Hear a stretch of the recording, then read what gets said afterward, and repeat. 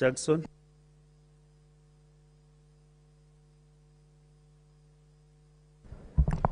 Thank you very much, Honorable Speaker, for this opportunity to weigh in on this matter of pending bills.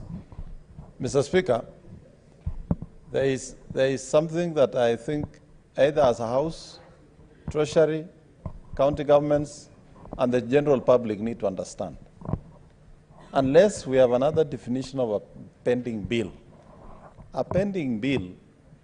is a bill of either a service or a project that has been delivered to completion but has not been paid and it was budgeted. I think what we are experiencing in counties are not really pending bills. These are ongoing contracts that have been rolled over from different financial years. They were ongoing. Their money is budgeted. The money is there, but the counties are failing to pay. So there must be clarity on the matter of pending bills. These are not pending bills. This is just impunity by officers who have been given the responsibility of examining and paying for services and goods received. So, Mr. Speaker, the matter that we are supposed to be addressing is the question of non-payment of ongoing contracts or contracts that have been completed in the course of time, and the money is there in the budget. There is a confusion sometimes between pending bills and ongoing works. And even the figures that are being given as pending bills, they are not actually pending bills because their money is there. What we need to address as a House, Mr. Speaker, is how are we going to make sure that any contractor, not just in county governments, even in national government entities, even in semi-autonomous government agencies, are paid on time.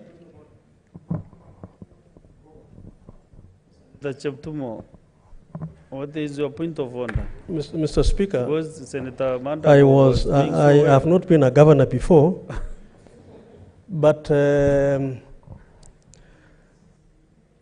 the member who has just been on the floor spoke about try to divine a pending bill. Is he in order, Mr. Speaker? Is he in order for him to mislead the House? Mr. Speaker, a pending bill is a bill which is not paid, even if the project is not completed. Once a certificate is issued to be paid, Mr. Speaker, should be paid. It's a pending bill. But the members seem to give us the impression that it should be a service given, completed, approved, certified. I don't think, Mr. Speaker, that is the definition according to me. Senator Mandago, can you give your Thank you very much, Mr. Speaker. But the Honourable Senator did not even say which standing order he was rising on. However, Mr. Speaker, it is good he has also clarified he has not been a governor. So I think let me inform him from practice. Mr. Speaker. That he has never been a governor. Yes. So, Mr. Speaker, the matter that we need to address, and I think the statement by Senator Onyonga is very clear, that there are contractors who have worked, delivered, but they are not being paid. It is not that the money is not there. In this House, Mr. Speaker, you have had senators saying requisitions have been made for particular projects, for particular service, but that money has ended up paying others other than the ones that were being requisitioned for. So, Mr. Speaker, as a Senate, Mr. Speaker, we need to tighten the turnaround time and the requirements for payment of works and services that have been completed. Mr. Speaker, it is true. Most of these counties that we are hearing about pending bills and non-payment are counties that have undergone transition. These are counties either they have a new governor, and so is a new administration. And what have they done? And in this country, there are things that we must sort out. Government is a going concern. It's not about the individuals who hold the position. And when you come to that office, you continue with the work of that office. In this nation, every transition of 5 years, whether national government or county governments, you will hear, we are not paying these bills until we investigate, until because it was for the previous administration, as if Government starts and ends in an election. Mr. Speaker, I think we must allow the public servants who are not political to continue doing their work in accordance with the law. And that is why we have a law on procurement in this country.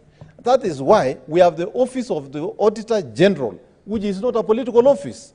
And if the payment has not been flagged off by the Auditor General not to pay, any public servant sitting on any payment, Mr. Speaker, I think action must be taken. And this is where we need to invite the Office of the Auditor General and the Controller of Budget to make sure that if there is need for legislation to enable their office to make sure that payments that are due are paid, I think as a Senate, Mr. Speaker, we shall be more than willing to engage in that discussion and even amend the PFM Act to make sure that contractors don't suffer. This is a country where we create entrepreneurs for 5 years and destroy them in 1 year immediately after election and begin struggling saying we want to create employment. Mr. Speaker, I support the statement by Senator Onyonka, and the governor for Sisi must pay all contractors who delivered service, and not just the governor for Sisi, all governors